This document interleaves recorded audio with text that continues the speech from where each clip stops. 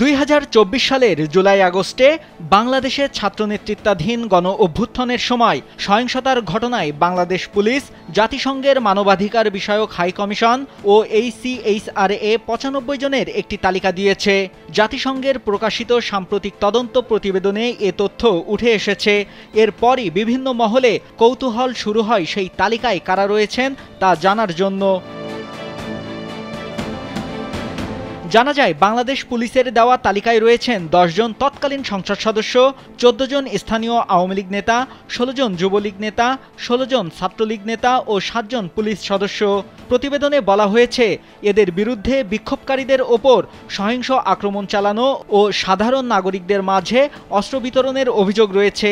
Eden বে কক্সবাজার সমুদ্র সৈকতের উপর নিজেদের একটি ঠিকানা। মাত্র 5 লাখ টাকায় আপনিও হয়ে যেতে পারেন এই হোটেলের মালিক। এছাড়া পুলিশের দেওয়া তথ্যানুসারে 160 জন আওয়ামী লীগ সম্পর্কিত রাজনৈতিক নেতা ও নিরাপত্তা সংস্থার কর্মকর্তার বিরুদ্ধেও সহিংসতার উস্কানির অভিযোগ রয়েছে। গুরুতর মানবাধিকার লঙ্ঘনের অভিযোগও উঠে এসেছে ও ACHRA এর প্রতিবেদনে। সেখানে উল্লেখ করা হয়েছে, বিক্ষোভ দমনে ব্যাপক সহিংসতা চালানো হয়, যার ফলে 1400 মানুষ নিহত হন, যাদের মধ্যে 12 থেকে 13% ছিল শিশু। অধিকাংশ নিহত বিক্ষোভকারী নিরাপত্তা বাহিনীর গুলিতে প্রাণ হারিয়েছেন বলেও প্রতিবেদনে দাবি করা হয়েছে। এছাড়া প্রায় 11,700 জনকে আটক করা হয়েছে। অনেক বিক্ষোভকারীকে গুলিবিদ্ধ করা হয়েছে বা তাৎক্ষণিকভাবে মৃত্যুদণ্ড কার্যকর করা হয়েছে বলেও অভিযোগ রয়েছে। ACHRA এর প্রতিবেদন প্রকাশের পর জাতিসংঘ এই গুরুতর মানবাধিকার লঙ্ঘনের জন্য দোষীদের জবাবদিহিতার আওতায় আনার আহ্বান জানিয়েছে।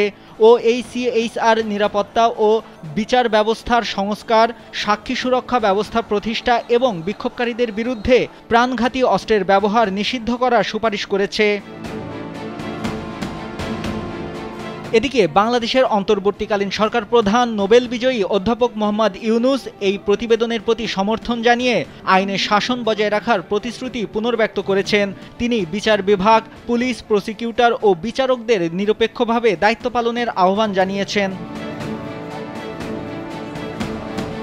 ACHR এর প্রতিবেদন প্রকাশের পর আন্তর্জাতিক সম্প্রদায় বাংলাদেশে মানবাধিকার পরিস্থিতি নিয়ে উদ্বেগ প্রকাশ করেছে।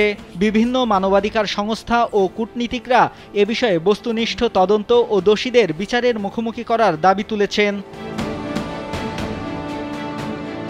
নাইমুল হাসিব, কালবেলা।